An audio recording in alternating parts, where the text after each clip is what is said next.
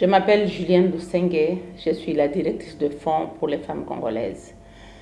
Je suis aussi activiste et féministe de la RDC pendant plusieurs années. Mon père m'a appris à parler, à communiquer, à échanger avec lui, à discuter avec lui. Et donc, je grandis dans une famille où on parle. Et quand j'ai travaillé comme journaliste dans plusieurs villages, j'allais dans les villages, visiter les villages, rencontrer les femmes, parler avec les gens du village, j'ai vu ces inégalités. Les femmes qui n'osaient pas parler parce que seulement elles étaient en face d'un homme ou d'un chef coutumier. Les femmes qui étaient maltraitées. Et ça m'a vraiment révoltée. Et je voyais aussi des femmes qui avaient envie de parler, mais l'environnement ne permettait pas, parce que les coutumes les empêchaient de parler. Et moi, je dis, si moi j'ai eu la chance d'être éduquée et d'avoir la possibilité de parler, pourquoi ne pas contribuer à aider ces femmes à avoir aussi la parole, à tenir? Et c'est comme ça que je me suis dit, il faut nécessairement qu'on puisse travailler pour la promotion et la défense des droits des femmes.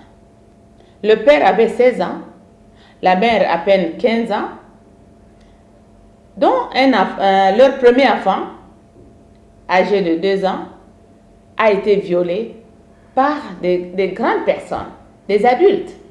Et la petite est morte sur le coup. Mais le couple, les deux enfants, je vais les appeler des enfants, n'arrivaient pas à obtenir justice. Et moi, ça m'a tellement révoltée. Et c'est ça le premier cas que j'ai amené devant la justice. Il faut qu'on change, il faut qu'on travaille dur pour changer cette situation. Ça ne peut pas continuer comme ça. Et c'est comme ça que je me suis lancée. Malgré l'insécurité, nous avons amené les dossiers à la justice. Et donc, je me suis dit, on ne va pas s'arrêter là. Il faut qu'on continue à lutter contre les violences sexuelles et toutes formes de violences basées sur le genre. Et je me suis dit aussi, il faut que je porte la voix de ces femmes qui ne peuvent pas arriver à l'extérieur, dans des grands forats. Il faut que j'en parle, que je dénonce ce qui se passe dans mon pays. C'est anormal que nos enfants puissent naître dans la guerre, grandir dans la guerre et vieillir dans la guerre. Nous-mêmes, on vieillit dans la guerre. Et donc, je me suis dit non, je dois continuer pour le futur de mes petits-enfants. Je continue chaque jour, malgré les difficultés, parce que je sais que les autres femmes sont battues.